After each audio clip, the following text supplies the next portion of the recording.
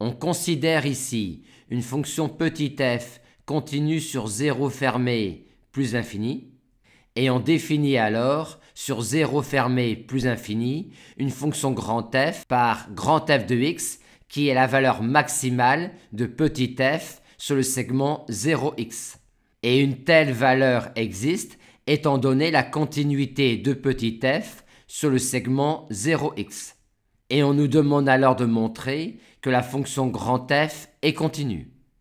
On va donc montrer que grand f est continu en chaque réel x0 positif ou nul. Et on va distinguer deux cas selon que la valeur maximale de petit f sur le segment 0x0 n'est pas la valeur de petit f en x0. C'est le cas 1 et le cas 2 correspond au cas où la valeur maximale de petit f sur le segment 0x0 est la valeur de petit f en x0. Et on va regarder dans chacun des cas ce qui se passe pour la valeur maximale de petit f sur le segment 0x quand on s'écarte un tout petit peu de x0. Dans le cas 1, vu que la valeur maximale de petit f sur le segment 0x0 est strictement plus grande que la valeur de petit f en x0, on en déduit, grâce à la continuité de petit f en x0, qu'il existe un intervalle autour de x0, tel que, sur cet intervalle-là, les valeurs prises par f restent strictement inférieures à la valeur maximale de petit f sur le segment 0x0.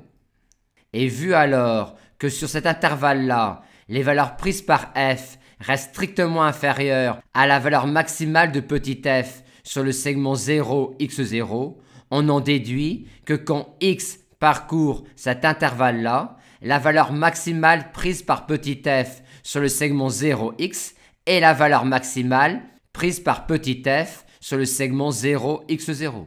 En d'autres termes, dans le cas 1, la fonction grand f est une fonction constante sur un intervalle autour de x0.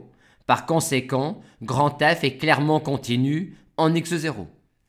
Dans le cas 2, grâce à la continuité de petit f en x0, on va montrer que pour des x assez proches de x0, la valeur maximale sur le segment 0x ne sera pas très éloignée de la valeur maximale sur le segment 0x0, qui est la valeur de petit f en x0. Et pour mettre cela en forme, on va revenir à la définition. On va tout d'abord utiliser la continuité de petit f en x0 pour dire que si on ne s'écarte pas trop de x0, les valeurs prises par petit f en x ne vont pas trop s'écarter de la valeur prise par f en x0. On en déduit alors que quand x est dans cet intervalle-là, la valeur maximale prise par petit f sur le segment 0x ne va pas s'écarter d'un écart supérieur à epsilon de petit f de x0, qui est la valeur maximale de petit f sur le segment 0x0. Et on a alors montré qu'à chaque fois que l'on prend un écart epsilon strictement positif, on peut construire un intervalle autour de x0 tel que la valeur absolue de grand f de x moins grand f de x0 reste inférieure ou égale à epsilon.